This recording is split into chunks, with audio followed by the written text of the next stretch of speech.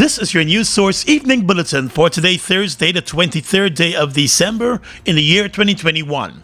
I'm Gordon Mosley, thanking you for joining us, and here is what we're tracking tonight. President Irfan Ali this morning urged the business community to prepare for a good year next year. But this, he said, will take a lot of forward planning and thinking since the country is moving in a different direction. The president hosted a breakfast for members of the Private Sector Commission this morning, and it was there that he told leading business figures to join hands and grab the opportunities that will be coming in the new year. The type and scale of opportunities that are coming our way requires more of this. More of you getting to know each other and building stronger partnership. I always refer to building more consortiums to go after big opportunities. The president also said his government is in the process of modernizing all of the country's legislation so as to give shelter to the business community by providing the legal framework to pursue the growth of their businesses. He said the government will also create an environment to grow businesses in the coming year. You will see that demonstrated more clearly in the new year. But if you have a plan, if you have an initiative or an idea that you think can create jobs, can generate wealth, and can expand the business opportunities in our country, come to us. Let us discuss it. According to the president, his administration is working hard to open new markets and create new opportunities within CARICOM and other blocks, and the private sector must position itself to cash in.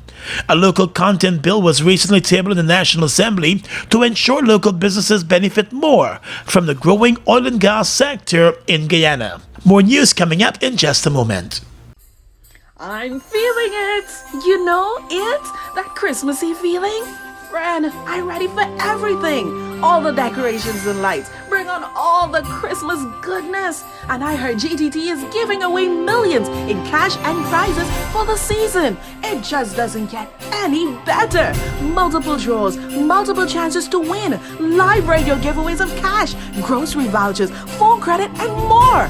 Free data, free calls, and free accessories with the purchase of every handset. Sign up, top up, pay any GTT bill, or purchase a handset to get a chance to celebrate with GTT and MMG. Together we celebrate, together we win. GTT, together we rise. The light on your face, no mask will hide. Feel the joy burn deep inside. Let's have a great Christmas this year. You, me, and Republic Bank, my dear. Whatever you need, light up your Christmas with Republic Bank and get a chance to win $825,000 in cash prizes. Plus, get a chance to give a family a Christmas hamper in your name. Log on to republicguyana.com for more details. Let's light up Christmas. Republic Bank. We're the one for you.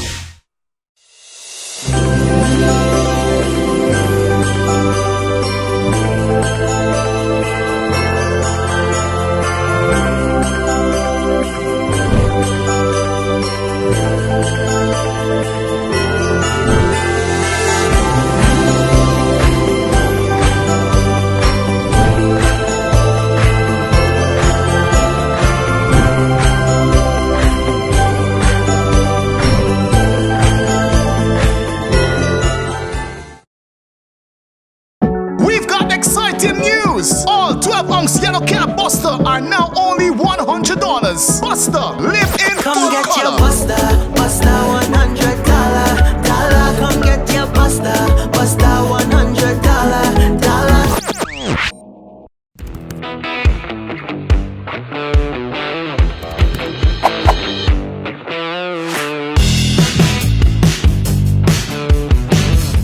Let GBTI make your dreams of owning a home a reality. Buy or build your home with us. Let us help you to completely outfit your home and make it move-in ready. Need to purchase land? We finance that too. Benefit from our 10% down payment and interest rates as low as 4.25%. Calculated on the reducing balance with up to 30 years to repay. Switch your mortgage to us and learn about benefiting from the equity in your home. Invest wisely. Apply online or call your branch to schedule an appointment. GBTI, we see Guyana through your eyes. Union matters to report now. While it is pleased that members of the joint services will be benefiting from 1 month's salary as a tax-free bonus, the Guyana Public Service Union believes the same should have been extended to the healthcare workers and other public servants who have been working on the front line. In an interview, GPSU President Patrick Yard complained that a 2-week salary bonus offered to healthcare workers is not enough, adding that other public servants who have been working on the front line since the pandemic started more than a year ago should have also been considered for the year-end bonus. It is, as far as we're concerned, discrimination, what was done. And we see it happening over and over again. And clearly, it seems as though it is intended to put workers against workers. Okay? Because at a certain time I want to know if sugar workers were the only workers in this country. And if everyone sucking cane. The GPSU president said the government has not been even-handed with its treatment of public servants, and the union is now conducting a study on the amount of money that has been pumped into the Guyana Sugar Corporation by the government as against other government agencies and sectors. For this year alone, Guyana has been allocated over $6 billion after receiving over $7 billion last year. The GPSU boss believes there needs to be more money going towards salary increases for public servants and towards the improvement of their working conditions. The union maintains that a recently announced across-the-board 7% salary increase for public servants is inadequate. The government never consulted with the union on the salary increase matter and has continued to ignore the union's requests for meetings on salary increases and other concerns about the state of the public service in Guyana. Let's tell you now that the Parliamentary Committee of Appointments, headed by the Minister of Parliamentary Affairs, has nominated 4 persons to sit on the new Police Service Commission. The committee has submitted its report and has informed the National Assembly that it has meaningfully consulted with the Guyana Police Association, the Association of Former Members of the Guyana Police Force, and the National Community Policing Executive as bodies that appear to represent the majority of members of the Guyana Police Force and the persons who were nominated by the National Assembly to sit on the Police Service Commission. Those who have been nominated and recommended to sit on the new Police Service Commission are businessman Ernesto Chuafat, attorneys Lloyd Mark Conway and Hakeem Mohammed, and Bishop Patrick Anthony Findley. The 4 men were nominated by the Guyana Police Association, and the nominations were accepted by the Parliamentary Committee. A chairman of the commission will now have to be named, but that process involves consultation between the president and the opposition leader. The president, since taking office, has refused to consult with the opposition leader, saying that the leader of the opposition needs to first acknowledge him as the legitimate president. The life of the last Police Service Commission came to a tumultuous end last August. Members of the last commission, including its chairman, were all suspended by the president. The president was accused of attempting to influence the work of the Police Service Commission, with the former chairman Paul Slow detailing several exchanges he had with the president. The COVID-19 death toll in the country has climbed to 1,042 today as the Ministry of Health announced the passing of 2 residents from the East Berbice quarantine area. The 2 have been identified as a 45-year-old man and an 87-year-old woman, who were both unvaccinated. In the past week alone, the East Berbice quarantine area has seen a sudden increase in COVID-19 deaths. More than 7 deaths have been recorded in the Region 6 area in the past 7 days. The Ministry of Health also reported today that there are currently 706 active cases of the virus across the country. 32 new cases have been recorded in the past 24 hours, and a total of 5 persons are in the COVID-19 intensive care unit. With the Omicron variant of the virus spreading globally, a number of Caribbean countries have reported their first cases of the new variant. Guyana has not recorded any new case of that variant, but it is unclear whether any samples have been sent for overseas testing to ascertain the presence of the Omicron variant here. The Minister of Health, Dr. Frank Anthony, said citizens need to follow precautions, and those who are not vaccinated need to get vaccinated soon. And it's really up to people to come and get vaccinated. Without being vaccinated, they are putting themselves at high risk. We continue encouraging people. We have a number of campaigns We have been working with the DJs in Linden to get the message across. We have been speaking with religious leaders, political leaders, community leaders.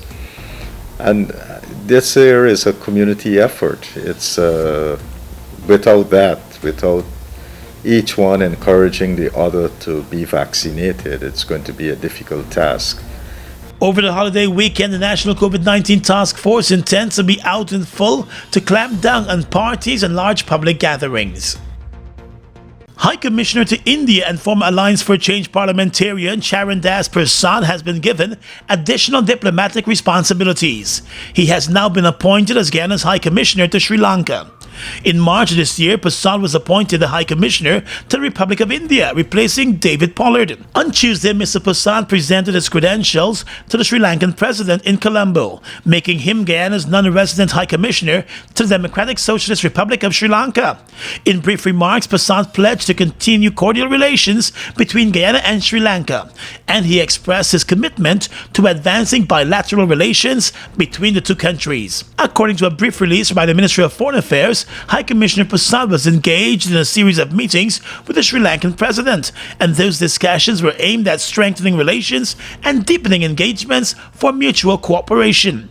3 years ago, Charan Das Prasad rose to prominence in Guyana when, as a government member of parliament, he voted against the then government in a no-confidence motion, which toppled that coalition government and sent the country to grueling months of court battles and uncertainty. Prasad fled to Canada just after his no-confidence vote. He has citizenship in Canada. The coalition lost the elections that came a year and a half after Prasad's no-confidence vote. He returned to Guyana after the change of government and landed the diplomatic job. The Linden taxi driver, who was held earlier this week during a canoe operation with over 1 kilogram of foreign marijuana, also known as poppy, appeared in court this morning, and he was granted $200,000 bail. The accused, Isaiah Green, also known as Dingo, appeared before Magistrate Wanda Fortune at the Linden Magistrates Court. He pleaded not guilty to the charge of being in possession of marijuana for the purpose of trafficking. Green was arrested after canoe agents followed his car from the Linden bus park in Georgetown all the way to the Linden-Sioux Lake Highway and moved in and conducted a search of the car. The marijuana was found stashed in the car. His 2 passengers were also arrested initially, but later released as it was ascertained that they were not connected to the illegal drug. As part of the conditions for his bail, Green, who lives in Linden, has to surrender his passport and visit the police station in the area every last Friday of the month for the duration of his case. The matter comes up again in court early in the new year.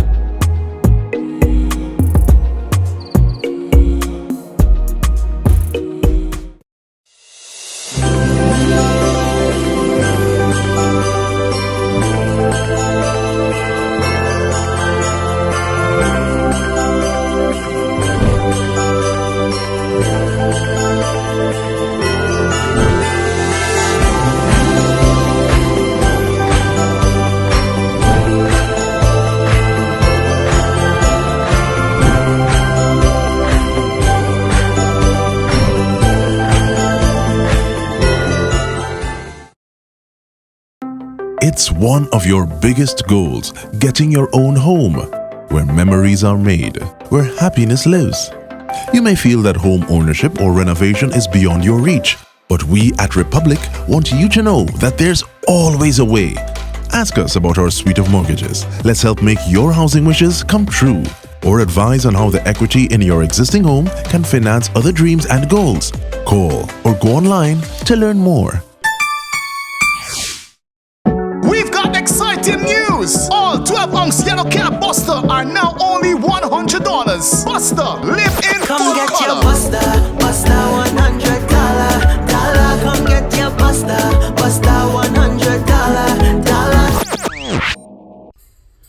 I'm feeling it. You know it? That Christmassy feeling?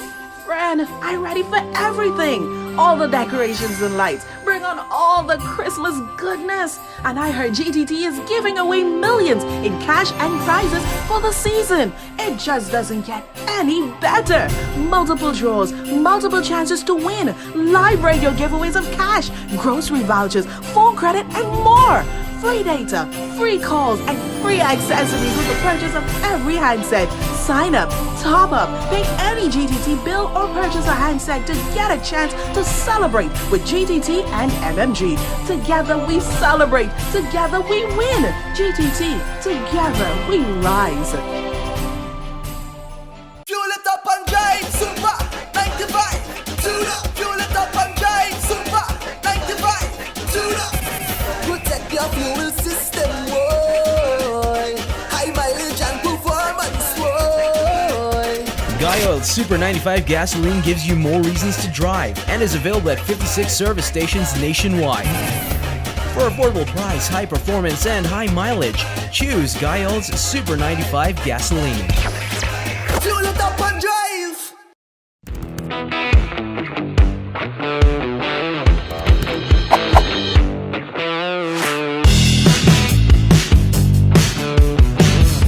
Across the region tonight, Jamaica has recorded its first case of the Omicron variant of COVID-19 after a traveler who returned to the United Kingdom after a short stay in Jamaica tested positive.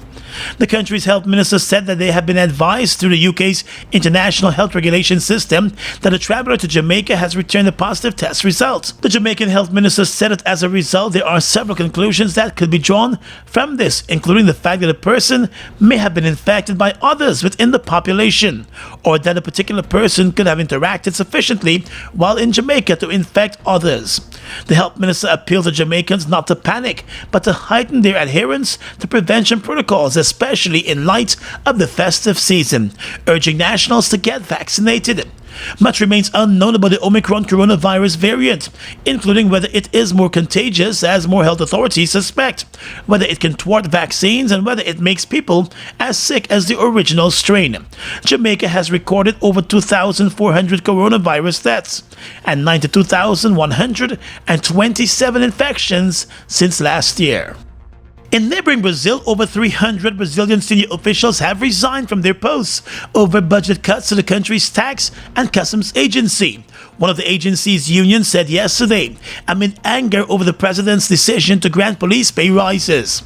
The cuts to Brazil's tax agency were enshrined in the government's 2022 budget, which was approved by Congress on Tuesday night. The budget allows $300 million in pay rises to Brazil's police, one of Bolsonaro's key constituents, ahead of next year's presidential election. Yesterday, in wake of the budget approval, at least 324 senior officials of the customs agencies and auditors stepped away from their leadership roles. The union said the funds cut from the budget were being reallocated to the police, while its members were not receiving a bonus that they had been due. And finally tonight, international news. The BBC reports that US officials have said talks could take place in January on Russia's troop buildup near Ukraine, after President Vladimir Putin announced he was hopeful of a meeting in Geneva. The Russian leader has demanded immediate guarantees on the future of NATO to defuse the crisis. He has threatened military measures but denies planning to invade Ukraine. Ukraine security officials say more than 100,000 Russian troops have been sent close to its borders, and the US has threatened Mr. Putin with sanctions. Senior White House officials declined to respond to the Russian president's core demands that NATO abandon all military activity in Eastern Europe and not admit Ukraine as a member, although both appear to be non-starters. The White House press secretary Jen Psaki said although there have been no final agreement on diplomatic talks, the US was working towards them and looking forward to those talks. And that's your News Source Evening Bulletin for tonight.